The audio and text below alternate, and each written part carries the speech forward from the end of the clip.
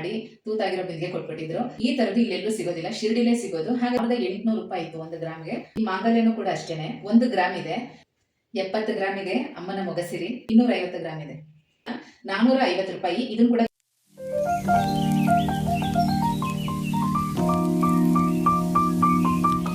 ಎಲ್ರಿಗೂ ನಮಸ್ಕಾರ. ಗೆಳತಿ ದಿನಚರಿಗೆ ನಿಮ್ಮೆಲ್ರಿಗೂ ಸ್ವಾಗತ. ಇವತ್ತು ಭಾನುವಾರದ ರೊಟ್ಟಿನ ಶೇರ್ ಮಾಡ್ತಾ ಇದ್ದೀನಿ. ಭಾನುವಾರ ಬಂದರೆ ನನಗೆ ಮಧ್ಯಾಹ್ನ 12 ಗಂಟೆ ತನಕ ಫುಲ್ ಕ್ಲೀನಿಂಗ್ ಕೆಲಸನೇ ಇರುತ್ತೆ. ಶನಿವಾರ ಅರ್ಧ ಮಾಡ್ಕೊಂಡಿರ್ತೀನಿ, ಇನ್ನು ಉಳಿದಿದ್ದು ಭಾನುವಾರ. ವೀಕೆಂಡಲ್ಲಿ ಶನಿವಾರ ಭಾನುವಾರ ಇದೇ ಕೆಲಸ. ಎಲ್ಲಾದರೂ ಹೊರಗಡೆ ಹೋಗೋದು ಆ ಥರದ್ದೆಲ್ಲ ಏನಾದರೂ ಇತ್ತು ಅಂದರೆ ಮಿಸ್ ಆಗಿಬಿಡುತ್ತೆ. ಮಧ್ಯದಲ್ಲಿ ಬೇರೆ ದಿನ ಮಾಡ್ಕೊಡೋದಕ್ಕೆ ನನಗಾಗಲ್ಲ. ಇದು ತುಂಬ ವರ್ಷದಿಂದ ಅಭ್ಯಾಸ ಆಗಿಬಿಟ್ಟಿದೆ. ಮೊದಲು ನಾನು ಅಂಗಡಿಗೆಲ್ಲ ಹೋಗುವಾಗ ಇದೇ ಥರನೇ ಮಾಡಿಕೊಂಡು ಅಭ್ಯಾಸ ಆಗಿದೆ. ಈಗಲೂ ಕೂಡ ಹಾಗೆ ನನಗೆ ವೀಕ್ ಡೇಸಲ್ಲಿ ಕ್ಲೀನಿಂಗ್ ಕೆಲಸ ಎಲ್ಲ ಮಾಡಬೇಕಂದ್ರೆ ತುಂಬ ಅಪರೂಪ. ಕಿಚನ್ ಕ್ಲೀನಿಂಗಿಗೆ ಏನಾದರೂ ಕೈ ಹಾಕಿದರೆ ವೀಕ್ ಡೇಸಲ್ಲಿ ಆಗ ಒಂದು ಕಡೆಯಿಂದ ಕ್ಲೀನ್ ಮಾಡ್ಕೊಂಡು ಬಂದಿರ್ತೀನಿ. ಇಲ್ಲಾಂದರೆ ವೀಕೆಂಡಲ್ಲೇ ಶನಿವಾರ ಭಾನುವಾರ ಈ ಕೆಲಸ ಇಟ್ಕೊಳ್ತೀನಿ. ಇವತ್ತು ಕೂಡ ಹಾಗೆ ಆಯಿತು. ಹಿಂದಿನ ವಿಡಿಯೋದಲ್ಲಿ ಶೇರ್ ಮಾಡಿದ್ದೆ. ನಿನ್ನೆ ನನಗೆ ಜಾಸ್ತಿ ಮಾಡ್ಕೊಳ್ಳೋದಕ್ಕಾಗಲಿಲ್ಲ. ಸಡನ್ನಾಗಿ ಫ್ರೆಂಡು ದೇವಸ್ಥಾನಕ್ಕೆ ಹೋಗೋಣ ಅಂತ ಹೇಳಿದ್ರಿಂದ ಪ್ಲ್ಯಾನ್ ಫುಲ್ಲು ಚೇಂಜ್ ಆಯಿತು. ಇವತ್ತು ಬೆಳಗ್ಗೆ 5:30ಗೆ ಎದ್ದು ಎಲ್ಲ ಕ್ಲೀನ್ ಮಾಡ್ಕೊಂಡು ಬರ್ತಾಯಿದ್ದೀನಿ. ಕ್ಲೀನಿಂಗ್ ಕೆಲಸ ಎಲ್ಲ ಮುಗೀತು. ವಾಶ್ರೂಮ್ ಕ್ಲೀನ್ ಮಾಡೋದು, ಮತ್ತು ಜೇಡ ತೆಗೆಯೋದು, ಡಸ್ಟ್ ಮಾಡೋದು, ಡಸ್ಟಿಂಗು, ಮತ್ತು ಸ್ವಲ್ಪ ಕಿಟಕಿ ಬಾಗಿಲೆಲ್ಲ ಒರೆಸ್ಕೊಳ್ಳೋದು ಎಲ್ಲ ಇದ್ದೇ ಇರುತ್ತೆ. ಅವರೆಲ್ಲ ಎದ್ದೇಳಷ್ಟೊತ್ತಿಗೆ, ಮನೇಲಿ ಎಲ್ಲರೂ ಎದ್ದೇಳಷ್ಟೊತ್ತಿಗೆ ಸ್ವಲ್ಪ ಆಲ್ಮೋಸ್ಟ್ ಈ ಥರ ಕೆಲಸ ಎಲ್ಲ ಮುಗಿಸ್ಕೊಂಡಿರ್ತೀನಿ. ಇವಾಗೆಲ್ಲ ಕೆಲಸ ಆಯಿತು. ತಲೆಗೆ ಸ್ನಾನ ಮಾಡ್ಕೊಂಡು ಬಂದೆ. ಈಗ ಪೂಜಾ ರೂಮ್ ಸ್ವಲ್ಪ ಕ್ಲೀನ್ ಮಾಡಬೇಕು. ನೀವು ಕೇಳ್ತಾನೆ ಇರ್ತಿದ್ರಲ್ಲ, ಪೂಜಾ ರೂಮ್ ಕ್ಲೀನ್ ಮಾಡುವಾಗ ಅದು ಡೀಟೇಲಾಗಿ ವಿಡಿಯೋ ಶೇರ್ ಮಾಡಿ, ಮತ್ತು ಒಂದಷ್ಟು ಕ್ವಶನ್ ಕೂಡ ಕೇಳಿದ್ದೀರಾ. ಈ ಪ್ರಭಾವಳಿ ಬಗ್ಗೆ ಎಷ್ಟಾಯಿತು, ಏನು ಇದರದ್ದು ಅಮೌಂಟು, ಡಿಸೈನ್ ಎಲ್ಲ ಯಾವ ಥರ ಸೆಲೆಕ್ಟ್ ಮಾಡಿದ್ರಿ, ಮತ್ತು ಇದು ಯಾವುದು ಉಡ್ಡು ಟೀ ಕುಡ್ಡ ಏನು ಅದೆಲ್ಲ ಕೇಳಿದ್ರಿ ಅಲ್ವಾ. ಇವತ್ತು ಕಂಪ್ಲೀಟಾಗಿ ಅದೇ ವಿಚಾರನ ಶೇರ್ ಮಾಡ್ತಾ ಹೋಗ್ತೀನಿ. ಹಾಗೆ ನಮ್ಮನೆ ದೇವ್ರ ಮನೆ ಬಗ್ಗೆ ಕೂಡ ಒಂದಷ್ಟು ಪ್ರಶ್ನೆ ಕೇಳಿದ್ದೀರಾ. ಇದು ಒಣಗಿರೋ ಹೂನೆಲ್ಲ ಏನು ಮಾಡ್ತೀರಾ, ಗೆಜ್ಜೆ ವಸ್ತ್ರ ಎಲ್ಲ ಏನು ಮಾಡ್ತೀರಾ, ಎಲ್ಲಿ ಹಾಕ್ತೀರಾ, ಮತ್ತು ದಿನಾ ಪೂಜೆ ಮಾಡುವಾಗ ಯಾವ ಥರ ಮಂತ್ರ ಹೇಳ್ಕೋಬೇಕು, ಇದ್ರ ಬಗ್ಗೆ ಕೇಳಿದ್ದೀರಾ. ಇವತ್ತು ಕಂಪ್ಲೀಟಾಗಿ ಪೂಜಾ ರೂಟೀನ್ ಅಂತಲೇ ಹೇಳ್ಬೋದು. ಪೂಜಾ ರೂಮ್ ಕ್ಲೀನ್ ಮಾಡ್ತಾ ಮಾಡ್ತಾ ನೀವು ಕೇಳಿರೋ ಪ್ರಶ್ನೆಗಳಿಗೆ ಉತ್ತರ ಹೇಳ್ತೀನಿ. ವಿಡಿಯೋನ ಸ್ಕಿಪ್ ಮಾಡಿದೆ ನೋಡಿ. ಫಸ್ಟ್ ಈ ಥರ ಹೂಗಳನ್ನೆಲ್ಲ ತೆಗೆದಿಟ್ಟಿದ್ದೀನಿ. ಇದನ್ನೆಲ್ಲ ಒಂದು ಕವರಲ್ಲಿ ಹಾಕಿಟ್ಬಿಡ್ತೀನಿ. ಇವಾಗ ಇಲ್ಲಿ ಪಾಟ್ಗಳಿಗಾದರೂ ಹಾಕ್ಬೋದು, ಅಥವಾ ಯಾವುದಾದ್ರೂ ಮರ ಗಿಡದ ಹತ್ರ ಕೂಡ ಹಾಕ್ಬಿಡ್ತೀನಿ. ಸಿಕ್ಕಾಪಟ್ಟೆ ಮರ ಗಿಡಗಳಿದೆ. ಮೊದಲು ನಮಗಲ್ಲಿ ಸಿಟಿಲಿದ್ದಾಗ ಸ್ವಲ್ಪ ಕಷ್ಟ ಆಗ್ತಾಯಿತ್ತು. ಇದನ್ನೆಲ್ಲ ಕಸದ ಜೊತೆನೇ ಹಾಕಬೇಕಾಗಿತ್ತು. ಗಿಡಗಳು ಕೂಡ ಜಾಸ್ತಿ ಏನು ಇಟ್ಕೊಂಡಿರಲಿಲ್ಲ. ಈ ಥರ ಗಿಡಗಳೆಲ್ಲ ಜಾಸ್ತಿ ಇದ್ದರೆ ಈ ದೇವ್ರ ಹೂವನ್ನೆಲ್ಲ ಪ್ರತಿದಿನ ನಾವೇನು ತೆಗಿತೀವಿ ಅದನ್ನೆಲ್ಲ ಗಿಡಗಳಿಗೆ ಹಾಕ್ಬೋದು. ಮತ್ತು ಗೆಜ್ಜೆ ವಸ್ತ್ರ ಇದು ಪ್ಯೂರ್ ಕಾಟನ್ ಆದರೆ ಇದು ಕೂಡ ಏನು ತೊಂದರೆ ಇಲ್ಲ, ನಾವು ಗಿಡಗಳಿಗೆ ಹಾಕ್ಬೋದು. ಆದರೆ ನೋಡಿ, ಈ ಥರ ಕಲರ್ ಹಾಕಿರ್ತಾರಲ್ಲ, ಇದು ಕೆಮಿಕಲ್ ಇರುತ್ತೆ. ಇದನ್ನು ನಾವು ಗಿಡಕ್ಕೆ ಹಾಕೋಕ್ಕಾಗಲ್ಲ. ಇದನ್ನು ಏನು ಮಾಡೋಕ್ಕಾಗಲ್ಲ. ಕಸದ ಜೊತೆ ಹೊರಗಡೆ ಹಾಕ್ತೀನಿ. ಇನ್ನು ಕೆಲವರು ಅವರೇ ಮನೆಯಲ್ಲಿ ಗೆಜ್ಜೆ ವಸ್ತ್ರ ಎಲ್ಲ ಹೊಸಿತಾರೆ. ಅವರು ಅದನ್ನೆಲ್ಲ ಸೇರಿಸಿ ಇಟ್ಕೊಂಡು ಚಿಕ್ಕ ಮಕ್ಕಳಿಗೆ, ಎಳೆಯ ಮಕ್ಕಳಿಗೆ ಪಿಲ್ಲೋ ಮಾಡೋದು, ಈ ಥರದ್ದೆಲ್ಲ ಮಾಡಿಕೊಡ್ತಾ ಇರ್ತಾರೆ. ನಾನು ನೋಡಿದ್ದೀನಿ ಕೆಲವರು ಆ ಥರ ಮಾಡೋದನ್ನು. ಆ ಥರನೂ ಬೇಕಾದರೆ ಮಾಡ್ಬೋದು. ಮತ್ತು ಗೆಜ್ಜೆ ವಸ್ತ್ರ ಯಾವ ಥರ ಕೌಂಟ್ ಮಾಡಬೇಕು ಅಂತ ಒಬ್ರು ಕೇಳಿದರು. ಇದು 2 ಥರ ಇರುತ್ತೆ. ಒಂದು ನಿಮಿಷ ತೋರಿಸ್ತೀನಿ ನಿಮಗೆ. ದೊಡ್ಡದು ಇಟ್ಟಿದ್ದೀನೋ ಏನೋ ಗೊತ್ತಿಲ್ಲ.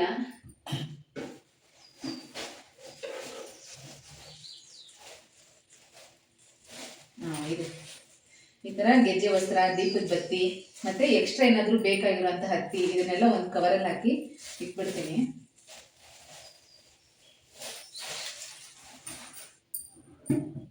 ನೋಡಿ, ಇದು ಸಣ್ಣ ಬತ್ತಿಗಳು. ಈ ಥರನೂ ಸಿಗುತ್ತೆ, ಮತ್ತು ಈ ಥರದ್ದು ಸಿಗುತ್ತೆ. ಈ ಥರ ಬತ್ತಿಗಳು ತುಂಬ ಜನ ಮನೆಯಲ್ಲಿ ಅವರೇ ಹೊಸಿತಾರೆ, ಅವರೇ ರೆಡಿ ಮಾಡ್ಕೋತಾರೆ.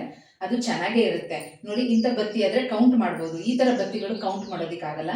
ವಿವರ್ಸ್ ಒಬ್ರು ಕೇಳಿದರು 18 ಬತ್ತಿ ಅಂತಂದರೆ ಯಾವ ಥರ ಲೆಕ್ಕ ಹಾಕಬೇಕು ಅಂತ ಹೇಳಿದ್ರಿ ಅಲ್ವಾ. ನೋಡಿ, ಈ ಥರ 1 2 3 4 5 ಇದನ್ನು ಲೆಕ್ಕ ಹಾಕೊಂಡು ಹೋಗಬೇಕು. ಈ ಥರ 9 ಇರೋದನ್ನ 2 ಎಳೆ ತೊಗೊಂಡ್ರೆ ಅದು 18 ಆಗುತ್ತೆ. ಮೇಲೆ +2 ಅಂತಂದರೆ ಯಾವಾಗಲೂ ಅಷ್ಟೇ. ನೋಡಿ, ಗೆಜ್ಜೆ ವಸ್ತ್ರನ ನಾವು ಬರೀ ಈ ಥರನೇ ಡೈರೆಕ್ಟಾಗಿ ಹಾಕಬಾರ್ದು. ಇದ್ರ ಮೇಲೆ 2 ಬತ್ತಿನ ಇಟ್ಕೋಬೇಕು. ನೋಡಿ, ಈ ಥರ ಕಟ್ ಮಾಡಿಕೊಂಡು ಅದರಲ್ಲಿ ಇದನ್ನು ಇದ್ರ ಜೊತೆಗೆ ಹೀಗೆ ಸೇರಿಸಿ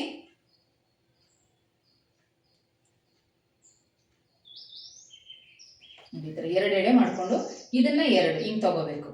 ಈ ಥರ ಹಿಂಗೆ ತಗೊಂಡು ಹಾಕಬೇಕು, ಅದು ಕೌಂಟ್ ಆಗುತ್ತೆ. ಒಟ್ಟು 18 ಗೆಜ್ಜೆ ವಸ್ತ್ರ ಹಾಕಬೇಕು ಅಂದರೆ ಇದನ್ನ ನಾವು 16 ತಗೋಬೇಕು, ಇಲ್ಲಿ 2 ಅಂದರೆ 18 ಆಗುತ್ತೆ. ಈ ಥರ ಲೆಕ್ಕ ಹಾಕೊಂಡು ಹಾಕೋದು.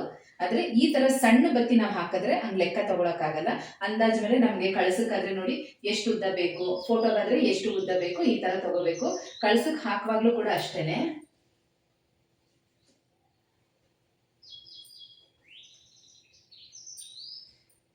ನೋಡಿ ನಾನು ಸ್ವಲ್ಪ ಹಿಂಗೆ ಬತ್ತಿ ಇದನ್ನ ಸೇರಿಸ್ಬಿಟ್ಟೇನೆ ಹಾಕಿರ್ತೀನಿ. ಈ ಕಡೆ ಎಲ್ಲೋ ಬಿದ್ದೋಗ್ಬಿಟ್ಟಿದೆ.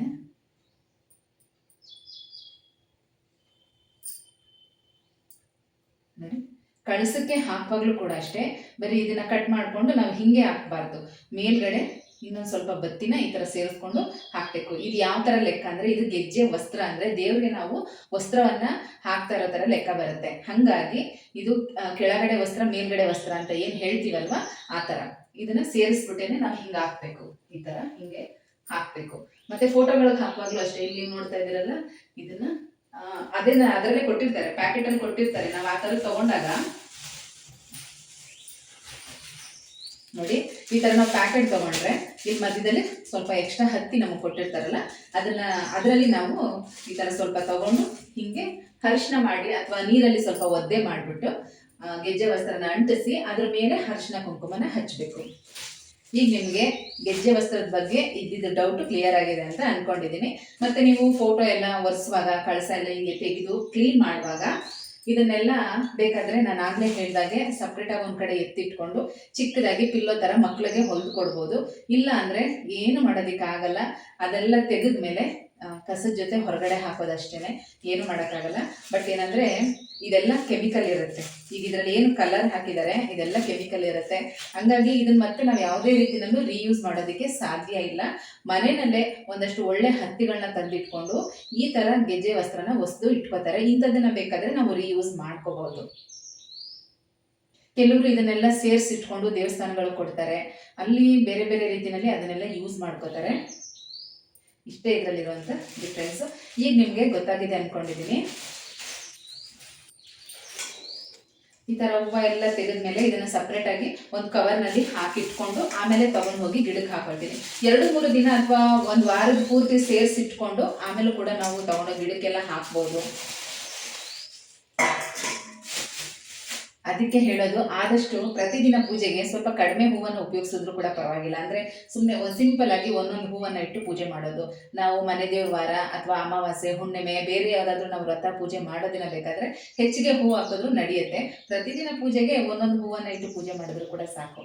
ನಾನು ಯಾಕೆ ಹೇಳ್ತೀನಿ ಅಂದರೆ, ಹೀಗೆ ನಾವು ವಿಸರ್ಜನೆ ಮಾಡುವಾಗ ಆ ಹೂಗಳನ್ನ ಎಲ್ಲಿ ಹಾಕೋದು, ಏನು ಮಾಡೋದು, ಇದರದ್ದೇ ಒಂದು ಯೋಚನೆ ಇರುತ್ತಲ್ಲ, ಹಂಗಾಗಿ ಆ ಥರ ಮಾಡ್ಕೊಳ್ಳಿ, ಪರವಾಗಿಲ್ಲ.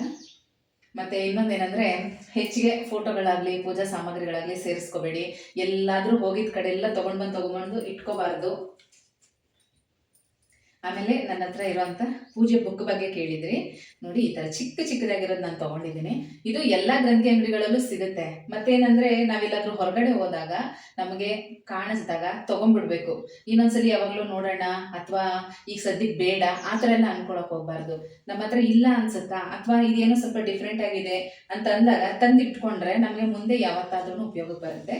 ಚೆನ್ನಾಗಿದೆ. ಇದು ರೇಟು ತುಂಬ ಕಡಿಮೆ, ಬರೀ 10 ರೂಪಾಯಿ ಅಷ್ಟೇ.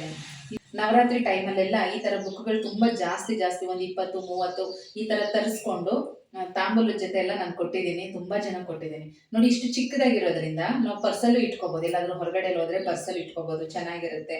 ಇದು ಹನುಮಾನ್ ಚಾಲೀಸ್ ಬುಕ್ಕು, ಚೆನ್ನಾಗಿದೆ. ದಪ್ಪ ಅಕ್ಷರನೇ, ಕನ್ನಡ ಮತ್ತು ಹಿಂದಿ, ಇಂಗ್ಲೀಷು 3 ಲ್ಯಾಂಗ್ವೇಜಲ್ಲೂ ಕೂಡ ಇದೆ. ನಾನು ಹೆಚ್ಚಿಗೆ ಯಾವುದನ್ನು ಆನ್ಲೈನ್ ಶಾಪಿಂಗ್ ಅಂತೂ ಮಾಡೋದೇ ಇಲ್ಲ, ಎಲ್ಲ ಅಂಗಡಿಗಳಲ್ಲೇ ತೊಗೊಂಡಿದ್ದು. ಏನಾದರೂ ತೊಗೊಳಕ್ಕೆ ಅಂತ ಹೋದಾಗ ಈ ಥರದ್ದೆಲ್ಲ ಕಣ್ಣಿಗೆ ಬಿದ್ದರೆ ತಂದಿಟ್ಕೋತೀನಿ, ಮುಂದೆ ಯಾವಾಗಲಾದರೂ ಯೂಸ್ ಆಗುತ್ತೆ ಅಂತ. ಯಾರಾದರೂ ಸಡನ್ನಾಗಿ ಮನೆಗೆ ಬಂದಾಗ ತಾಂಬೂಲದ ಜೊತೆ ಏನಾದರೂ ಕೊಡೋದಕ್ಕೆ ಏನೂ ಇಲ್ಲ ಅಂದಾಗ ಈ ಥರ ಬುಕ್ಗಳು ಸೇರಿಸಿ ಕೊಡೋದು, ಆ ಥರ ಎಲ್ಲ ಮಾಡಿದ್ದೀನಿ. ಮತ್ತು ಯಾರಾದರೂ ಹಿಂಗೆ ಪರಿಚಯದವರು, ಗೊತ್ತಿರೋ ಅಂಥವ್ರು ನನ್ನ ಹತ್ರ ಈ ಬುಕ್ ಇಲ್ಲ ಅಂತ ಅಂದರೆ ನನ್ನ ಹತ್ರ ಎಕ್ಸ್ಟ್ರಾ ಇದ್ದರೆ ಅದನ್ನು ಕೊಟ್ಟಿರ್ತೀನಿ. ಹಂಗಾಗಿ ನಮ್ಮ ಹತ್ರ ಇದ್ರೂ ಕೂಡ ಪರವಾಗಿಲ್ಲ, ನಮಗೇನಾದರೂ ಕಣ್ಣಿಗೆ ಬಿದ್ದಾಗ ತಂದು ಇಟ್ಕೋಬೇಕು. ಈ ಥರ ನಂದು ಪೂಜೆದು ಬುಕ್ಗಳು ಮತ್ತು ದೀಪಗಳು ಅದೆಲ್ಲ ಒಂದು ಕಡೆ ಇಟ್ಕೊಂಡಿರ್ತೀನಿ. ಗೆಜ್ಜೆ ವಸ್ತ್ರ, ಊದ್ಬತ್ತಿ, ಕರ್ಪೂರ, ಸಾಂಬ್ರಾಣಿ ಬತ್ತಿ ಅದನ್ನೆಲ್ಲ ಇನ್ನೊಂದು ಕಡೆ ಇಟ್ಕೊಂಡಿರ್ತೀನಿ. ಈ ಡ್ರಾಯರ್ಗಳನ್ನೆಲ್ಲ ಒಂದು 15 ದಿನ 20 ದಿನ ಅಥವಾ ಒಂದು ತಿಂಗಳಿಗೊಂದ್ಸಲ ಕ್ಲೀನ್ ಮಾಡ್ಕೊಳ್ತೀನಿ. ಇನ್ನು ಪೂಜಾ ರೂಮ್ ಮಾತ್ರ ವಾರಕ್ಕೊಂದ್ಸಲ ಕ್ಲೀನ್ ಮಾಡ್ತಾನೆ. ಎವ್ರಿ ಸಂಡೇ ನಾನು ಕ್ಲೀನ್ ಮಾಡ್ತಾ ಇರ್ತೀನಿ. ಯಾಕಂದರೆ ಸೋಮವಾರ ನಮ್ಮ ಮನೆ ದೇವ್ರ ವಾರ. ತುಂಬ ಸಲ ಹೇಳಿದ್ದೀನಿ ಇದೆಲ್ಲ ಕ್ಲೀನ್ ಮಾಡ್ಕೊತಾ ಇರ್ತೀನಿ. ಈಗ ದೇವ್ರ ಹೂವು ಎಲ್ಲ ತೆಗೆದಿಟ್ಟಿದ್ದೀನಿ. ಈಗ ಪೂಜೆ ಸಾಮಗ್ರಿಗಳನ್ನೆಲ್ಲ ಎತ್ತಿಟ್ಕೋಬೇಕು.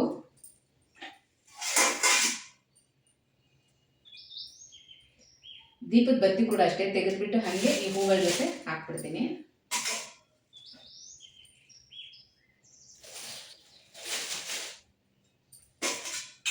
ಇದೆರಡು ಡೈಲಿ ಹಚ್ಚುವಂಥ ಮಾಮೂಲಿ ದೀಪ.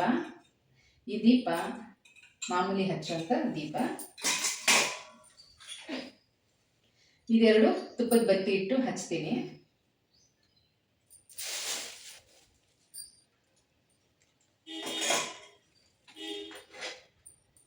ಮತ್ತೆ ಇದೊಂದು ಕಾಮಾಕ್ಷಿ ದೀಪ. ಕಾಮಾಕ್ಷಿ ದೀಪ ಹಿತ್ತಾಳೆದಿದ್ದರೆ ಅದನ್ನೇ ಹಚ್ಚಿ. ಎಲ್ಲ ಬೆಳ್ಳಿದಿದೆ, ಇದೊಂದು ಮಾತ್ರ ಹಿತ್ತಾಳೆ, ಬದಲಾಯಿಸೋಣ ಅಂತ ಅನ್ಕೊಳಕ್ ಹೋಗ್ಬೇಡಿ. ಕಾಮಾಕ್ಷಿ ದೀಪ ಹಿತ್ತಾಳೆದಿದ್ರು ಕೂಡ ಒಳ್ಳೇದೇನೆ. ಮತ್ತೆ ಹೇಳ್ಬೇಕು ಅಂದ್ರೆ ನಾನು ಇದನ್ನೆಲ್ಲ ಒಂದೇ ಸಲ ಏನು ತಗೊಂಡಿಲ್ಲ. ವರ್ಷಕ್ಕೆ ಒಂದೊಂದು ಆ ಥರ ಈ ಕಾರ್ಡ್ ಎಲ್ಲ ಕಟ್ತಾರಲ್ಲ ಅಂಗಡಿಗಳಲ್ಲಿ, ಆ ಥರ ಕಾರ್ಡ್ ಎಲ್ಲ ಕಟ್ಟಿ ಒಂದೊಂದನ್ನು ತಗೊಂಡು ಇಟ್ಕೊಂಡಿರೋದು. ದೇವ್ರ ಮನೆಯಲ್ಲಿ 2 ಬಟ್ಲಲ್ಲಿ ಅರಿಶಿನ ಕುಂಕುಮ ಇಟ್ಕೊಂಡಿರ್ತೀನಿ. ಹೊರಗಡೆ 2 ಬಟ್ಲಲ್ಲಿ ಅರಿಶಿನ ಕುಂಕುಮ ಇಟ್ಕೊಂಡಿರ್ತೀನಿ. ಈ ರೀತಿ ದೇವ್ರ ಮನೆ ಕ್ಲೀನ್ ಮಾಡುವಾಗ ಅಂದರೆ ಅಮಾವಾಸ್ಯೆ ಮತ್ತು ಹುಣ್ಣಿಮೆ ಟೈಮಲ್ಲಿ ಪೂಜಾ ರೂಮ್ ಎಲ್ಲ ಕ್ಲೀನ್ ಮಾಡುವಾಗ ಅರಿಶಿನ ಕುಂಕುಮನ ಕೂಡ ಬದಲಾಯಿಸ್ತೀನಿ. 15 ದಿನಕ್ಕೊಂದ್ಸಲ ಬದಲಾಯಿಸೋದು. ಇದು ದಕ್ಷಿಣಾಮೂರ್ತಿಗಳ ಫೋಟೋ. ಇದು ನಾನು ಮೊಬೈಲ್ನಲ್ಲಿ ಡೌನ್ಲೋಡ್ ಮಾಡಿಕೊಂಡು ಪ್ರಿಂಟ್ಔಟ್ ತೆಗೆಸಿ ಲ್ಯಾಮಿನೇಷನ್ ಮಾಡಿಸ್ಕೊಂಡು ತೊಗೊಂಡು ಬಂದಿದ್ದು. ತುಂಬ ಒಳ್ಳೆಯದು ಈ ಒಂದು ಫೋಟೋ ಮನೇಲಿ ಇಟ್ಕೊಳ್ಳೋದ್ರಿಂದ.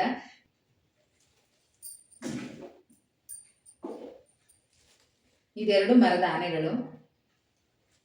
ನಾವು ಈ ರೀತಿ ಬದಲಾಯಿಸಿದಂಥ ಅರಿಶಿನ ಕುಂಕುಮನ ಹೊರಗಡೆ ಹೊಸ್ಲಿಗೆ ಇಡೋದಕ್ಕೆ ಮತ್ತು ಯಾರಾದರೂ ಮನೆಗೆ ಬಂದವರಿಗೆ ಕೊಡೋದಕ್ಕೆ ಅಂತ ಉಪಯೋಗಿಸ್ಕೋಬಹುದು. ಹೊರಗಡೆ 2 ಸಪ್ರೇಟಾಗಿ ಅರಿಶಿನ ಕುಂಕುಮದ ಬಟ್ಲನ್ನು ಇಟ್ಕೋಬೇಕು. ಈ ಒಂದು ಅರಿಶಿನ ಕುಂಕುಮನ ಅದರಲ್ಲಿ ಹಾಕಿ ಇಟ್ಕೋಬೇಕು. 70 ಗ್ರಾಮ್ ಇದೆ ಅಮ್ಮನ ಮೊಗಸಿರಿ. ಫಸ್ಟ್ ನಾನು ತಗೊಂಡಿದ್ದು ವರಮಹಾಲಕ್ಷ್ಮಿ ಹಬ್ಬ ಶುರು ಮಾಡಿ 3ನೇ ವರ್ಷಕ್ಕೆ ಈ ಮೊಗಸಿರಿನ ತಗೊಂಡಿದ್ದು. ಅಲ್ಲಿ ತನಕ ಹಾಗೆ ತೆಂಗಿನಕಾಯಿಗೆನೆ ಅಲಂಕಾರ ಮಾಡಿಬಿಟ್ಟು ಇಡ್ತಾ ಇದ್ದೆ. 3ನೇ ವರ್ಷಕ್ಕೆ ಮೊಗಸಿರಿನ ತಗೊಂಡಿದ್ದು. ತುಂಬಾ ಚೆನ್ನಾಗಿದೆ. ಚಿಕ್ಕದಾದ್ರೂ ಪರವಾಗಿಲ್ಲ ಅಂತ ಹೇಳಿ ನಾನು ಇನ್ನೂ ಇದನ್ನ ಬದಲಾಯಿಸಿಲ್ಲ, ಹಾಗೆ ಪೂಜೆ ಮಾಡ್ತಾ ಇದ್ದೀನಿ.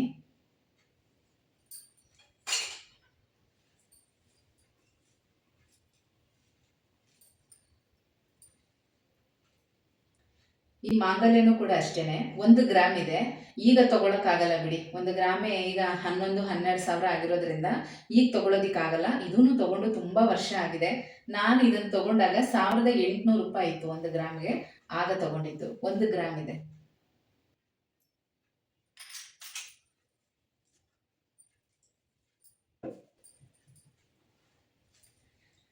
ಈ ಬಿಂದಿಗೆ ಬಗ್ಗೆ ಕೂಡ ಕೇಳ್ತಾ ಇದ್ರಿ. ತುಂಬಾ ಚಿಕ್ಕದು. ನಿಮ್ಗೆ ವಿಡಿಯೋದಲ್ಲಿ ಹೇಗೆ ಕಾಣಿಸುತ್ತೆ ಅಂತ ಗೊತ್ತಿಲ್ಲ. 450 ರೂಪಾಯಿ. ಇದನ್ನು ಕೂಡ ಗ್ರಂಥಿ ಅಂಗಡಿಲೇ ತಗೊಂಡಿದ್ದು ನಾನು. ಹಿಂಗೆ ಪೂಜೆ ಸಾಮಗ್ರಿಗಳೆಲ್ಲ ತಗೊಳಕ್ ಹೋದಾಗ ಪುಟ್ಟದಾಗಿ ತುಂಬಾ ಚೆನ್ನಾಗಿದೆಯಲ್ಲ ಅಂತ ಹೇಳಿ ತಗೊಂಡೆ. ಎಷ್ಟು ನನಗೆ ಯೂಸ್ ಆಗ್ತಾ ಇದೆ ಗೊತ್ತಾ. ದೇವ್ರ ಮನೇಲಿ ಈ ರೀತಿ ನೀರು ತುಂಬಿಸಿಟ್ಟಿರ್ತೀನಿ. ಮತ್ತೆ ನಾಗರಕಲ್ ಪೂಜೆಗೆಲ್ಲ ಹೋದಾಗ ಇದರಲ್ಲೇ ನೀರು ತಗೊಂಡು ಹೋಗ್ತೀನಿ. ಚೆನ್ನಾಗಿದೆ. ತುಂಬಾ ಸಣ್ಣದು, ಚೆನ್ನಾಗಿದೆ ನೋಡಿ. ಒಂದು ಕಳಸದ ಚೊಂಬು ಎಷ್ಟು ದಪ್ಪ ಇರುತ್ತೋ ಅಷ್ಟೇ ಇದೆ, ಆದ್ರೆ ಬಿಂದಿಗೆ ತರ ಇದೆ. ಇದರಲ್ಲಿ ನೀರು ನಾನು ಈಗ ಭಾನುವಾರ ನಾನು ಪೂಜಾ ರೂಮ್ ಎಲ್ಲ ಕ್ಲೀನ್ ಮಾಡ್ಕೊಂಡ್ರೆ 1 ದಿನ ಬಿಟ್ಟು 1 ದಿನ ಈ ಬಿಂದಿಗೆಯಲ್ಲಿರೋ ನೀರು ಮತ್ತೆ ಈ ಪಂಚಪತ್ರೆ, ದೀಪಗಳು, ಕಾಮಾಕ್ಷಿ ದೀಪ ಮತ್ತೆ ತುಪ್ಪದ ದೀಪ ಹಚ್ತೀನಲ್ಲ ಅದು, ಕರ್ಪೂರ ಆರತಿ ಮಾಡ್ತೀವಲ್ಲ ಅದು, ಇದಿಷ್ಟನ್ನು 1 ದಿನ ಬಿಟ್ಟು 1 ದಿನ ತೊಳ್ಕೊತಾ ಇರ್ತೀನಿ. ಈಗ ಭಾನುವಾರ ಪೂಜಾ ರೂಮ್ ಎಲ್ಲ ಕ್ಲೀನ್ ಮಾಡಿ ನಾನೆಲ್ಲ ಜೋಡಿಸ್ಬಿಟ್ರೆ ಮತ್ತೆ ಮಂಗಳವಾರ ಕ್ಲೀನ್ ಮಾಡಿರ್ತೀನಿ. ಮತ್ತೆ ಗುರುವಾರ, ಹಾಗೆ ಇನ್ನು ಶನಿವಾರ ಮಾಡೋದಿಕ್ಕೆ ಹೋಗಲ್ಲ. ಒಂದೇ ಸಲ ಭಾನುವಾರ ಕ್ಲೀನ್ ಮಾಡ್ಕೋತೀನಿ. ಈ ತರ ಮಾಡ್ಕೊಂಡು ಹೋಗ್ತಾ ಇದ್ದೀನಿ. ಈ ಆಮೆನು ನಮ್ಮ ಮನೇಲಿ ಇಟ್ಟಿರೋದು ನೀವು ನೋಡಿದಿರ. ತುಂಬಾ ಜನ ಎಲ್ಲಿ ತಗೊಂಡ್ರಿ ಅಂತ ಕೂಡ ಕೇಳಿದ್ರಿ. ಇದು ನಮ್ಮ ಫ್ರೆಂಡು ಶಿರ್ಡಿಗೆ ಹೋದಾಗ ತಂದ್ಕೊಟ್ಟಿದ್ದು. ಈ ತರದ್ದು ಇಲ್ಲೆಲ್ಲೂ ಸಿಗೋದಿಲ್ಲ, ಶಿರ್ಡಿಲೇ ಸಿಗೋದು. ಹಾಗಾಗಿ ಯಾರಾದ್ರೂ ಶಿರ್ಡಿಗೆ ಹೋಗೋರಿದ್ರೆ ತರಿಸ್ಕೊಳ್ಳಿ. ನಿಮ್ಮ ಮನೆಗಳಲ್ಲಿ ಯಾರಾದ್ರೂ ಹೋಗೋರಿದ್ರೆ ತರಿಸ್ಕೊಳ್ಳಿ. ತುಂಬಾ ಚೆನ್ನಾಗಿರುತ್ತೆ. ಇದಕ್ಕೊಂದು ಬಟ್ಲು ಥರ ಇರುತ್ತೆ. ಈ ಆಮೆ ಇದರಲ್ಲಿ ನೀರನ್ನು ಹಾಕಿಡ್ಬೋದು, ಮತ್ತು ಅಕ್ಕಿನೂ ಕೂಡ ಹಾಕಿಡ್ಬೋದು. ನೀರು ಹಾಕಿದ್ರೆ ಬೇಸಿಗೆಗಾಲದಲ್ಲಿ ತುಂಬ ಪ್ರತಿದಿನ ಡ್ರೈ ಆಗಿಬಿಡುತ್ತೆ. ಇದು ಒಣಗಬಾರ್ದು. ಹಾಗಾಗಿ ನಾನು ಅಕ್ಕಿನಲ್ಲಿ ಇಡ್ತಾ ಇದ್ದೀನಿ. ಅಕ್ಕಿ ಇಡೋದ್ರಿಂದನೂ ಕೂಡ ಒಳ್ಳೆಯದು. ಇದ್ರ ಹಿಂದೆಗಡೆ ನಂಬರ್ಸ್ ಇರುತ್ತೆ. ಈ ನಂಬರ್ಸ್ ಇರುತ್ತೆ. ಒಂಥರ ಇದ್ರ ಎನರ್ಜಿ ಅಕ್ಕಿಗೆ ಹೋಗ್ತಾ ಇರುತ್ತೆ. ನಾನು ಈ ಥರ ಅಂದ್ಕೊಂಡು ಮಾಡ್ಕೊಂಡಿರೋದು, ಅಕ್ಕಿಗೆ ಹೋಗ್ತಾ ಇರುತ್ತೆ. ಇದನ್ನು ನಾವು ಅಡುಗೆ ಮಾಡ್ಕೊಂಡು ಊಟ ಮಾಡೋದ್ರಿಂದ ಒಂಥರ ನಮ್ಗೆ ಆರೋಗ್ಯ ಚೆನ್ನಾಗಿರುತ್ತೆ ಅನ್ನೋ ಒಂದು ನಂಬಿಕೆ. ಇದರಿಂದ ನಾನು ಅಕ್ಕಿನಲ್ಲಿ ಇಡೋದು. ನಾನು ಅಕ್ಕಿನಲ್ಲಿ ಇಡೋಕ್ಕೆ ಶುರು ಮಾಡಿದ್ಮೇಲೆ ಸುಮಾರು ಜನ ಅದೇ ಥರ ಮಾಡ್ತಾರೆ. ತುಂಬ ಒಳ್ಳೆಯದು. ನೀರು ಹಾಕಿದ್ರೆ ಡ್ರೈ ಆಗಿಬಿಡುತ್ತೆ, ಅಕ್ಕಿ ಹಾಕಿದ್ರೆ ಹಾಗೇ ಇರುತ್ತೆ. ಹಾಗಾಗಿ ನಾನು ಇದನ್ನು ಅಕ್ಕಿನಲ್ಲಿ ಇಡ್ತೀನಿ ಅಷ್ಟೇ.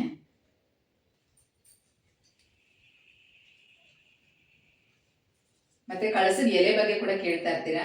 ಇದು ಹೋದ ವಾರ ನಮ್ಮ ಗಿಡದಲ್ಲೇನೆ ಈ ಎಲೆಗಳನ್ನ ಕಟ್ ಮಾಡಿ ಇಟ್ಟಿದ್ದೆ.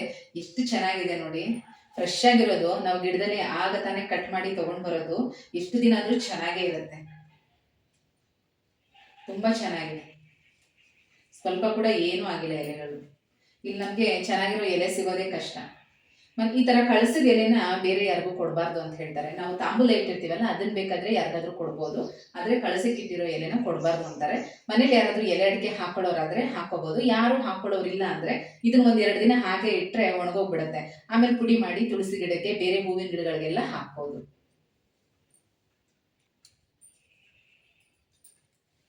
ಕಳಸದ ಚೆಂಬು, ಇದನ್ನು ಕೂಡ ನಾನು ಕಾರ್ಡ್ ಕಟ್ತಾ ಇದ್ದೆ ಸಿಲ್ವರ್ ಸ್ಕೀಮಲ್ಲಿ, ಅದರಲ್ಲಿ ತಗೊಂಡಿದ್ದು. ಫಸ್ಟು ಈ ಥರ ಬಿಂದಿಗೆ ಥರ ತೊಗೊಂಡಿದ್ದೆ. ವರಮಹಾಲಕ್ಷ್ಮಿ ಹಬ್ಬಕ್ಕೆ ಮಾತ್ರ ಇಡೋಣ ಅಂತ ಹೇಳಿ ಬಿಂದಿಗೆ ಥರ ತೊಗೊಂಡಿದ್ದೆ. ಆದರೆ ಅವರು ಮೋಸ ಮಾಡಿ ತೂತಾಗಿರೋ ಬಿಂದಿಗೆ ಕೊಟ್ಬಿಟ್ಟಿದ್ರು. ಅರ್ಜೆಂಟಲ್ಲಿ ನಾನು ಅಂಗಡಿಲಿ ನೀರು ತುಂಬಿಸಿ ಚೆಕ್ ಮಾಡಿ ನೋಡಲೇ ಇಲ್ಲ. ನೋಡೋಕೆ ಚೆನ್ನಾಗಿದೆಯಲ್ಲ ಅಂತ ಹಾಗೆ ತಂದುಬಿಟ್ಟೆ. ಮನೆಗೆ ಬಂದು ಕಳಸ ರೆಡಿ ಮಾಡಿ ಕಳಸ ಇಡೋಕೆ ಹೋದರೆ ನೀರು ಲೀಕ್ ಆಗ್ತಾ ಇದೆ. ಎಷ್ಟು ಬೇಜಾರಾಗೋಯ್ತು ಅಂತಂದರೆ, ದೇವಿ ಹತ್ರನೇ ತಪ್ಪಾಯಿತು ಅಂತ ಕೇಳಿಕೊಂಡು ಆ ಒಂದು ದಿನ ಹೇಗೋ ಸ್ವಲ್ಪ ನಿಭಾಯಿಸಿ ಕಳಸ ಎಲ್ಲ ವಿಸರ್ಜನೆ ಮಾಡಾದ್ಮೇಲೆ ಅವ್ರಿಗೆ ತೊಗೊಂಡೋಗಿ ವಾಪಸ್ ಕೊಟ್ಬಿಟ್ಟು ಈ ಥರ ಕಳಸದ ಚೆಂಬು ತೊಗೊಂಡು ಬಂದೆ. ಇದನ್ನು ಈಗ ಪ್ರತಿದಿನ ಪೂಜೆಗೆ ಇಡ್ತಾ ಇದ್ದೀನಿ. ಇದು 250 ಗ್ರಾಮ್ ಇದೆ. ಕಳಸದ ಚೆಂಬಿರೋದು ಚಿಕ್ಕದಾಗಿ ಸಣ್ಣದಾಗಿ ಗಟ್ಟಿಯಾಗಿದೆ, ಪರವಾಗಿಲ್ಲ ಅಂಥೇಳಿ ಈ ಥರ ಪ್ಲೈನೇ ತೊಗೊಂಡೆ. ಪ್ಲೈನ್ ಇದ್ದರೆ ನಾವು ವಾಶ್ ಮಾಡ್ತಾ ಇದ್ರೆ ಚೆನ್ನಾಗಿರುತ್ತೆ. ಇದರಲ್ಲಿ ಲಕ್ಷ್ಮಿ ಇರೋ ಚಿತ್ರ ಇರೋದು, ಅಷ್ಟಲಕ್ಷ್ಮಿ ಇರೋದು, ಆ ಥರದ್ದೆಲ್ಲ ತೊಗೊಳ್ತಾರೆ. ಅದು ಅವರವ್ರ ಇಷ್ಟ. ಏನಂದರೆ ಅದನ್ನ ವಾಶ್ ಮಾಡ್ತಾ ಮಾಡ್ತಾ ಅಲ್ಲೇನಾದರೂ ಸೌದೋಗಿ ಸಣ್ಣದಾಗಿ ಹೋಲ್ ಆಗೋದು ಆ ಥರ ಏನಾದರೂ ಆದರೆ ಅದು ಭಿನ್ನ ಆದಾಗ ಆಗ್ಬಿಡುತ್ತೆ. ಮತ್ತು ಅದನ್ನು ನಾವು ವಾಪಸ್ ಮಾಡಬೇಕು. ಅದನ್ನು ಮತ್ತೆ ಕಳಸ ಇಡೋ ಹಾಗಿಲ್ಲ, ಅದನ್ನು ವಾಪಸ್ ಹಾಕಬೇಕಾಗುತ್ತೆ. ಅದಕ್ಕೆ ಪ್ಲೈನ್ ಇರೋದು ತೊಗೊಂಡ್ರೆ ನಮಗೆ ಸುಮಾರು ವರ್ಷ ಚೆನ್ನಾಗಿ ಬಾಳಿಕೆ ಬರುತ್ತೆ. ಅದಕ್ಕೆ ನಾನು ಪ್ಲೈನ್ ಇರೋದೇ ತೊಗೊಂಡೆ. ಈ ಕಳಸದ ಅಕ್ಕಿನೂ ಅಷ್ಟೇ ಸಪ್ರೇಟಾಗಿ ಇಟ್ಕೋಬೇಕು. ಅಕ್ಕಿ ಡಬ್ಬದೊಳಗಡೆ ಹಾಕಲ್ಲ. ನಾನ್ ವೆಜ್ ತಿನ್ನಲ್ಲ ಅನ್ನೋರು ಹಾಕ್ಬೋದು.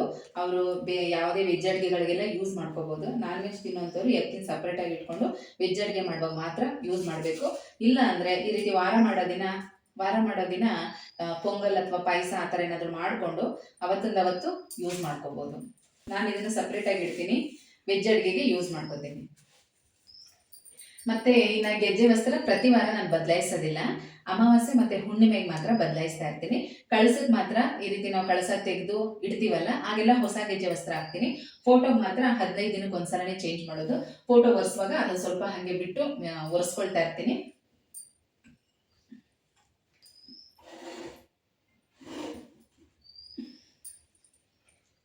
ಇನ್ನು ನಮ್ಮ ಮನೇಲಿರುವಂಥ ಈ ಕಾಮಧೇನು ಬಗ್ಗೆ ಕೇಳ್ತಾನೆ ಇದ್ದೀರಾ. ತುಂಬ ವೆಯ್ಟ್ ಇದೆ. ಇದು ನಮ್ಮನೆ ಗೃಹ ಪ್ರವೇಶ ಟೈಮಲ್ಲಿ ಗಿಫ್ಟ್ ಕೊಟ್ಟಿದ್ದು. ಸುಮಾರು ಸಲ ನಾನು ಹೇಳಿದ್ದೀನಿ, ಹಂಗೂ ಹೊಸಬ್ರು ಕೇಳ್ತಾನೆ ಇರ್ತೀರಾ. ಇದು ಗಿಫ್ಟ್ ಬಂದಿರೋದು. ಇದರ ರೇಟ್ ಏನು ಎಷ್ಟು ಅನ್ನೋದು ನಿಜವಾಗ್ಲೂ ನನಗೆ ಗೊತ್ತಿಲ್ಲ. ಆದರೆ ಚಿಕ್ಕಪೇಟೆನಲ್ಲಿ ತಂದಿರೋದು ಅಂತ ಮಾತ್ರ ಗೊತ್ತು. ಚಿಕ್ಕಪೇಟೆನಲ್ಲಿ ಬ್ರಾಸ್ ಐಟಮ್ ಎಲ್ಲ ಮಾರ್ತಾರಲ್ಲ, ಅಲ್ಲಿ ಸಿಗುತ್ತೆ, ನಿಮಗೆ ನೋಡಿ ತೊಗೋಬೋದು. ನಮ್ಮ ವೀವರ್ಸ್ ಒಬ್ರು ಕೂಡ ನಮ್ಮನೇಲಿ ಈ ಥರ ಕಾಮಧೇನನ್ನ ನೋಡಿ ಅವರು ಕೂಡ ಅದೇ ಥರ ತೊಗೊಂಡಿದ್ದಾರೆ. ಫೋಟೋ ಎಲ್ಲ ಕಳಿಸಿದ್ರು. ತುಂಬ ಚೆನ್ನಾಗಿದೆ ನೋಡಿ. ಈ ಥರ ತುಂಬ ಇಷ್ಟ ಆಯಿತು ನನಗೂ. ದೇವ್ರ ಮನೇಲಿ ತುಂಬ ಚೆನ್ನಾಗಿ ಕಾಣಿಸುತ್ತೆ.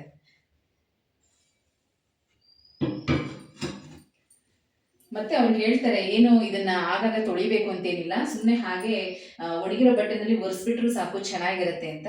ಬಟ್ ನಾನೇನಂದ್ರೆ ಪೂಜೆ ಸಾಮಾನೆಲ್ಲ ತೊಳಿತಾ ಇರ್ತೀನಲ್ಲ, ಅವಾಗ ಅದ್ರ ಜೊತೆ ಹಾಗೆ ತೊಳಿತೀನಿ. ತುಂಬ ಚೆನ್ನಾಗಿದೆ. ಇದು ಕಂಚು ಅಂತ ಹೇಳ್ತಾರಲ್ಲ, ಆ ಥರ ವಾಶ್ ಮಾಡಿದ್ರೆ ತುಂಬ ಶೈನಿಂಗ್ ಆಗಿ ಚೆನ್ನಾಗಿರುತ್ತೆ. ಈಗ ಇದನ್ನೆಲ್ಲ ಒಂದ್ ಕಡೆ ತೆಗೆದಿಟ್ಬಿಟ್ಟು ಫಸ್ಟು ದೇವ್ರ ಮನೆಯೆಲ್ಲ ಒರೆಸ್ಬಿಡ್ತೀನಿ. ಆಮೇಲೆ ದೇವ್ರ ಸಾಮಾನೆಲ್ಲ ತೊಳೆದು ತಂದಿಟ್ಬಿಡ್ತೀನಿ. ಆದರೆ ಜೋಡಿಸ್ಬಿಟ್ಟು ಸಂಜೆಗೆ ದೀಪ ಹಚ್ಚಿರ್ತೀನಿ, ಕಳಸ ಇಡೋದಿಲ್ಲ, ದೀಪ ಮಾತ್ರ ಹಚ್ಚಿರ್ತೀನಿ. ನಾಳೆ ಬೆಳಗ್ಗೆನೆ ಕಳಸ ಎಲ್ಲ ಇಟ್ಕೊಂಡು ಪೂಜೆ ಮಾಡ್ಕೊಳ್ತೀನಿ. ಸಂಜೆಗೆ ಈಗ ಬೆಳಗ್ಗೆನೆ ನಾನು ಪೂಜಾ ರೂಮ್ ಎಲ್ಲ ಕ್ಲೀನ್ ಮಾಡಿಬಿಟ್ರೆ ಸಂಜೆ ಹಾಗೆ ಬಿಡಬಾರ್ದು ಅಂತ ಹೇಳಿ ಸಂಜೆಗೆ ದೀಪ ಹಚ್ಬಿಡ್ತೀನಿ. ಅಕಸ್ಮಾತ್ ಏನಾದರೂ ಜೋಡ್ಸೋಕ್ಕಾಗಲಿಲ್ಲ ಅಂದರೆ ಎಲ್ಲ ತೊಳೆದ್ಬಿಟ್ಟು ಹಾಗೆ ಇಟ್ಬಿಡ್ತೀನಿ. ಒಟ್ಟಿಗೆ ಸೋಮವಾರ ಬೆಳಗ್ಗೆನೆ ಎಲ್ಲ ಜೋಡಿಸ್ಕೊಂಡು ಪೂಜೆ ಮಾಡ್ಕೊತೀನಿ. ಈಗ ದೇವ್ರ ಸಾಮಾನೆಲ್ಲ ತೊಳೆಯೋದಕ್ಕೆ ರೆಡಿ ಮಾಡಿ ಇಟ್ಕೊಂಡಿದ್ದೀನಿ. ಬೆಳ್ಳಿ ಸಾಮಾನೆಲ್ಲ ಸಬೀನದಲ್ಲಿ ತೊಳಿತೀನಿ. ಮತ್ತು ಹಿತ್ತಾಳೆ ಸಾಮಾನೆಲ್ಲ ಪೀತಾಂಬರಿನಲ್ಲಿ, ಅಷ್ಟೇನೇನು ಯೂಸ್ ಮಾಡಲ್ಲ. ಒಂದು 6 ತಿಂಗಳಿಗೆ ಮತ್ತು ಹಬ್ಬ ಟೈಮ್ಗಳಲ್ಲೆಲ್ಲ ಅಂಟ್ವಾಳಕಾಯಿ ಬರುತ್ತಲ್ಲ, ಅದರಲ್ಲಿ ಒಂದಷ್ಟು ಕಾಯಿನ ಜಜ್ಜಿಬಿಟ್ಟು ಬೀಜ ಎಲ್ಲ ತೆಗೆದು ಅದನ್ನು ಒಂದು ದೊಡ್ಡ ಪಾತ್ರೆಯಲ್ಲಿ ಹಾಕಿ ನೀರೊಳಗಡೆ ಹಿತ್ತಾಳೆದು ಬೆಳ್ಳಿದು ಎಲ್ಲ ಸಾಮಾನುಗಳನ್ನ ಅದರೊಳಗಡೆ ಹಾಕಿಟ್ಬಿಟ್ರೆ ಎಲ್ಲ ಸಂದಿಲಿ ಇರುವಂಥ ಜಿಡ್ಡೆಲ್ಲ ಹೋಗ್ಬಿಡುತ್ತೆ. ಆಮೇಲೆ ಅದನ್ನು ಚೆನ್ನಾಗಿ ವಾಶ್ ಮಾಡಿ ಇಟ್ಕೊಂಡ್ರೆ ಚೆನ್ನಾಗಿರುತ್ತೆ ಬೆಳ್ಳಿ ಸಾಮಾನು. ಅದು ಬಿಟ್ಟು ಇನ್ಯಾವುದೇ ಥರ ನಾನು ಲಿಕ್ವಿಡು ಅಂಥದ್ದೆಲ್ಲ ಏನು ಯೂಸ್ ಮಾಡಲ್ಲ. ಇದಿಷ್ಟೇ. ಬೆಳ್ಳಿ ಐಟಮ್ ಎಲ್ಲ ಸಬೀನದಲ್ಲಿ ತೊಳೆದ್ರೆ ಸಾಕು, ಚೆನ್ನಾಗಿರುತ್ತೆ. ಇನ್ನು ಹಿತ್ತಾಳೆ ಸಾಮಾನಿಗೆಲ್ಲ ಪೀತಾಂಬರಿ ಯೂಸ್ ಮಾಡ್ತೀನಿ. ಈಗ ಪೂಜೆ ಸಾಮಾನೆಲ್ಲ ತೊಳೆದು ರೆಡಿ ಮಾಡಿಬಿಟ್ಟು ಮತ್ತೆ ಹಾಗೆ ವಿಡಿಯೋನ ಕಂಟಿನ್ಯೂ ಮಾಡ್ತೀನಿ.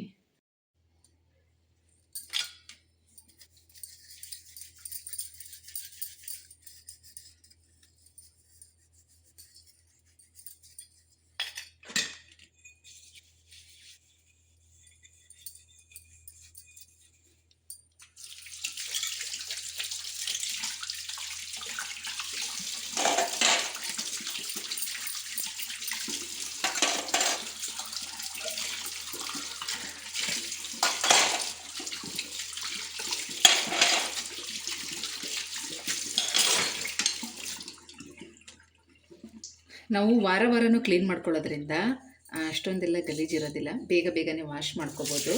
ಅಲ್ಲದೆ ನಾವು ವಾರ ಕಂಪ್ಲೀಟಾಗಿ ಎಲ್ಲ ಡೀಪ್ ಕ್ಲೀನ್ ಮಾಡೋದ್ರಿಂದ ಅಷ್ಟೊಂದೆಲ್ಲ ಏನು ಜಿಡ್ಡು ಗಲೀಜು ಆ ಥರ ಎಲ್ಲ ಇರೋದಿಲ್ಲ.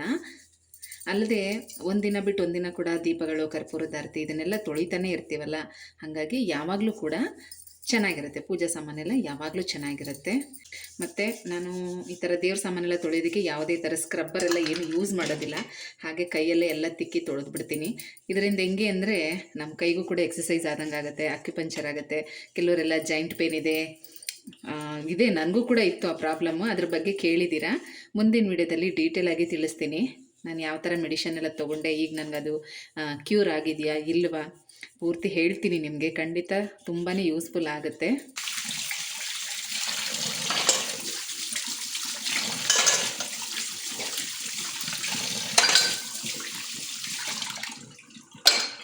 ಎಲ್ಲ ತೊಳೆದಿ ಥರ ಇಟ್ಟಿದ್ದೀನಿ. ಇನ್ನು ಇದನ್ನೆಲ್ಲ ಒರೆಸಿ ದೇವ್ರ ಮನೆಯಲ್ಲಿ ಜೋಡಿಸ್ಬೇಕು. ದೇವ್ರ ಮನೆಯಲ್ಲಿ ರಂಗೋಲಿನ ಅಕ್ಕಿ ಹಿಟ್ಟಿಂದ ಹಾಕಬೇಕಾ, ರಂಗೋಲಿ ಪುಡಿಯಿಂದ ಹಾಕಬೇಕಾ ಅಂತ ಕೂಡ ಕೇಳಿದ್ರಿ. ನಾನು ರಂಗೋಲಿ ಪುಡಿಯಿಂದನೇ ಹಾಕ್ತಾ ಇರೋದು. ಈಗೆಲ್ಲ ಒಳ್ಳೊಳ್ಳೆ ಕ್ವಾಲಿಟಿ ರಂಗೋಲಿ ಪುಡಿ ಸಿಗುತ್ತೆ, ಹಾಗಾಗಿ ರಂಗೋಲಿ ಪುಡಿಯಿಂದನೇ ಹಾಕ್ತಾಯಿದ್ದೀನಿ. ಮತ್ತು ಈ ರಂಗೋಲಿನ ಪೂಜಾ ರೂಮ್ ಯಾವತ್ತು ಕ್ಲೀನ್ ಮಾಡ್ತೀನೋ ಆವಾಗಲೇ ಅಷ್ಟೇ ಈ ಕಟ್ಟೆನೂ ಕೂಡ ಎಲ್ಲ ಕ್ಲೀನ್ ಮಾಡಿ ಒರೆಸಿ ರಂಗೋಲಿ ಹಾಕಿರ್ತೀನಿ. ಪ್ರತಿದಿನ ಇದನ್ನೆಲ್ಲ ಒರೆಸಿ ಹಾಕೋದಕ್ಕಾಗಲ್ಲ, ಯಾಕಂದರೆ ಇರೋದನ್ನು ಹೇಳಬೇಕು. ನಾನು ಹೀಗೇ ಮಾಡ್ತೀನಿ ಅಂತ ಸುಳ್ಳು ಹೇಳಿದ್ರು ಕೂಡ ನಿಮಗೆ ಗೊತ್ತಾಗೋದಿಲ್ಲ. ಆದರೆ ಖಂಡಿತವಾಗ್ಲೂ ಪ್ರತಿದಿನ ಇಷ್ಟೆಲ್ಲ ಮಾಡೋದಕ್ಕೆ ಸಾಧ್ಯ ಆಗೋದಿಲ್ಲ. ನಾನು ಇದನ್ನೆಲ್ಲ ಪೂಜಾ ರೂಮ್ ಕ್ಲೀನ್ ಮಾಡುವಾಗಲೇ ಹಾಕೋದು. ನೋಡಿ, ಈ ರೀತಿ ಹಾಕಿರ್ತೀನಿ. ಸೇಮ್ ಒಂದೇ ಥರನೇ ಹಾಕಿರ್ತೀನಿ. ಕಳಸ ಇಡೋ ಜಾಗದಲ್ಲಿ ಅಷ್ಟದಳ ಪದ್ಮ ಹಾಕಿರ್ತೀನಿ. ಇನ್ನು ಈ ಕಡೆ ಕಾಮಾಕ್ಷಿ ದೀಪ ಇಡೋ ಕಡೆ ಕುಬೇರ ಯಂತ್ರ ರಂಗೋಲಿ ಮತ್ತು ಶಂಕು ಚಕ್ರ ಲಕ್ಷ್ಮೀಪಾದ ಇದಿಷ್ಟನ್ನು ಹಾಕಿರ್ತೀನಿ. ಮತ್ತು ಕಾಮಧೇನು ಮುಂದೆ ಕೂಡ ಒಂದು ರಂಗೋಲಿ ಹಾಕಿರ್ತೀನಿ. ಇದಿಷ್ಟು ಮತ್ತು ಈ ಥರ ಎಲ್ಲ ಕೂಡ ರೆಡಿ ಮಾಡಿ ಇಟ್ಕೊಂಡಿರ್ತೀನಿ. ಪ್ರತಿ ವಾರ ಇದೇ ಥರ ಮಾಡೋದು. ದೇವ್ರ ಮನೆಗೆ ಹಾಕಿರುವಂಥ ಸೂರ್ಯನ ಬಗ್ಗೆ ಕೇಳಿದ್ರಿ. ನಮ್ಮ ಹಳೆ ಮನೆಯಿಂದ ಕೂಡ ನಾನು ಹಾಕಿದ್ದೀನಿ. ಒಂದು ಪಾಸಿಟಿವ್ ವೈಬ್ಸ್ಗೋಸ್ಕರ, ಮತ್ತು ಏನೇ ಸಣ್ಣ ಪುಟ್ಟ ವಾಸ್ತುದೋಷ ಇದ್ದರೂ ಅದರ ನಿವಾರಣೆಗೋಸ್ಕರ, ಹಾಗೆ ಒಂದು ಬಿಸ್ನೆಸ್ ಮಾಡುವಂಥವ್ರಿಗೆ, ಕೆಲಸ ಮಾಡುವಂಥವ್ರಿಗೆ ಒಳ್ಳೆ ಎನರ್ಜಿಗೋಸ್ಕರ ಸೂರ್ಯನನ್ನು ಮನೇಲಿ ಇಟ್ಕೋಬೇಕು. ಹಾಗೆ ತುಂಬ ಜನ ಬಿಸ್ನೆಸ್ ಮಾಡುವಂಥವ್ರು 7 ಕುದುರೆಗಳ ಫೋಟೋನು ಹಾಕ್ಕೊಂಡಿರ್ತೀರಲ್ವ, ಅದೇ ರೀತಿ ಬಿಸ್ನೆಸ್ ಇಂಪ್ರೂವ್ಮೆಂಟ್ಗೋಸ್ಕರ ಯಾವುದೇ ರೀತಿ ಒಂದು ದೃಷ್ಟಿ ದೋಷಗಳು ತಾಕಬಾರ್ದು ಅನ್ನೋ ಕಾರಣಕ್ಕೆ ಸೂರ್ಯನ ಮೂರ್ತಿಯನ್ನು ಈ ಥರ ಹಾಕೋದು. ಎಷ್ಟೋ ಜನ ವ್ಯಾಪಾರ ಸ್ಥಳಗಳಲ್ಲೂ ಕೂಡ ಹಾಕಿರ್ತಾರೆ, ನೀವು ನೋಡಿರ್ತೀರ. ದೇವರ ಮನೆ ಪ್ರಭಾವಳಿ ಬಗ್ಗೆ ಕೇಳಿದ್ರಿ, ಅದು ಟೀ ಕುಡ್ಡ ಅಂತ. ಹೌದು, ಅದು ಟೀ ಕುಡ್ಡೇನೆ. ಈ ಡಿಸೈನ್ಗೆ ಮತ್ತು ಈ ಮೆಜರ್ಮೆಂಟ್ಗೆ 26,000 ರೂಪಾಯಿ ಆಗಿದೆ. ವಿತ್ ಪಾಲಿಶ್ ಎಲ್ಲ ಸೇರಿ ನಾನು ಹೇಳ್ತಾ ಇರೋದು. ನಿಮ್ಗೆ ಇನ್ನೂ ಕಡಿಮೆಗೂ ಬೇಕಾದರೆ ನೀವು ಮಾಡಿಸ್ಕೋಬಹುದು. ಈ ಥರ ಗೋಮೂತ್ರ ಬಾಟಲ್ಗಳು ಎಲ್ಲ ಗ್ರಂಥಿ ಅಂಗಡಿಯಲ್ಲೂ ಸಿಗುತ್ತೆ. ತಂದಿಟ್ಕೊಂಡ್ರೆ ನಮಗೆ ಮನೆ ಒರೆಸೋದಕ್ಕೆ, ದೇವ್ರ ಮನೆ ಒರೆಸೋದಕ್ಕೆ ಎಲ್ಲದಕ್ಕೂ ಕೂಡ ಯೂಸ್ ಆಗ್ತಾ ಇರುತ್ತೆ. ಅಕಸ್ಮಾತ್ ಸಿಗಲಿಲ್ಲ ಅಂತಂದ್ರೂ ದೇವ್ರ ಮನೆ ಒರೆಸುವಾಗ ಆ ನೀರಿಗೆ ಒಂದು ಸ್ವಲ್ಪ ಕಲ್ಲುಪ್ಪು ಅಥವಾ ಅರಿಶಿನ ಅದನ್ನು ಕೂಡ ಹಾಕ್ಕೊಂಡು ಎಲ್ಲ ಒರೆಸ್ಕೋಬೋದು. ಒಂದು ಸಲ ಆ ನೀರಲ್ಲಿ ಒರೆಸ್ಕೋಬೇಕು, ಮತ್ತು ಇನ್ನೊಂದು ಸಲ ಚೆನ್ನಾಗಿರೋ ನೀರು ತೊಗೊಂಡು ಒರೆಸ್ಕೊಂಡ್ರೆ ಆಯಿತು. ಅಂಗಡಿಗೆ ಹೋಗ್ತಾ ಇದ್ದಾಗಲೂ ಕೂಡ ಇದೇ ಥರನೇ ಮಾಡಿ ಅಭ್ಯಾಸ ಆಗಿಬಿಟ್ಟಿದೆ. ಅದಕ್ಕೆ ಈಗಲೂ ಹಾಗೇನೆ ಎಲ್ಲ ರೆಡಿ ಮಾಡಿ ಇಟ್ಬಿಡ್ತೀನಿ. ನಾಳೆಗೆ ಹೂವೆಲ್ಲ ಹಾಕ್ಕೊಂಡು ಕಳಸ ಇಟ್ಟು ಪೂಜೆ ಮಾಡ್ಕೊಳ್ಳೋದಕ್ಕೆ ಸರಿ ಹೋಗುತ್ತೆ. ನಾಳೆ ಸೋಮವಾರ ಅಲ್ವಾ, ಬೆಳಗ್ಗೆ ಬೇಗ ಎದ್ದು ಪೂಜೆ ಮಾಡಿಕೊಂಡು ಅಭಿಷೇಕ, ಶಿವಲಿಂಗಕ್ಕೆ ಅಭಿಷೇಕ ಮಾಡಿ ಪೂಜೆ ಮಾಡ್ಕೊಳ್ಳೋದಕ್ಕೆ ಸರಿ ಹೋಗುತ್ತೆ. ಪ್ರತಿ ಸೋಮವಾರ ಹೀಗೇ ಮಾಡ್ತೀನಿ, ಆಲ್ಮೋಸ್ಟ್ ಟ್ರೈ ಮಾಡ್ತೀನಿ. ಕೆಲವೊಂದೊಂದು ದಿನ ಮಿಸ್ ಆಗಿಬಿಡುತ್ತೆ. ನಾನು ಎದ್ದೇಳೋದು ಲೇಟ್ ಆಗ್ಬೋದು ಅಥವಾ ಬೇರೆ ಇನ್ನೇನಾದರೂ ಕೆಲಸ ಇದ್ದರೆ ಅಭಿಷೇಕ ಮಾಡಿರಲ್ಲ, ಹಾಗೆ ಜಸ್ಟ್ ಪೂಜೆ ಮಾಡಿಕೊಂಡು ಬೇಗ ಬೇಗ ಪೂಜೆ ಮುಗಿಸ್ಕೊಂಡಿರ್ತೀನಿ. ಎಲ್ಲಾದರೂ ಹೋಗೋದಿರುತ್ತೆ, ಅಂಥ ದಿನ ಎಲ್ಲ ಅಭಿಷೇಕ ಮಾಡ್ತಾ ಕೂತ್ಕೊಳ್ಳೋಕ್ಕಾಗಲ್ಲ. ಅಟ್ಲೀಸ್ಟ್ ಒಂದು ತಿಂಗಳಲ್ಲಿ 2 ಅಥವಾ 3 ಸೋಮವಾರ ಆದರೂ ಮಾಡಿರ್ತೀನಿ. ಈ ಥರ ನನ್ನ ಪೂಜೆ ರೊಟೀನ್ ಆಗಿದೆ.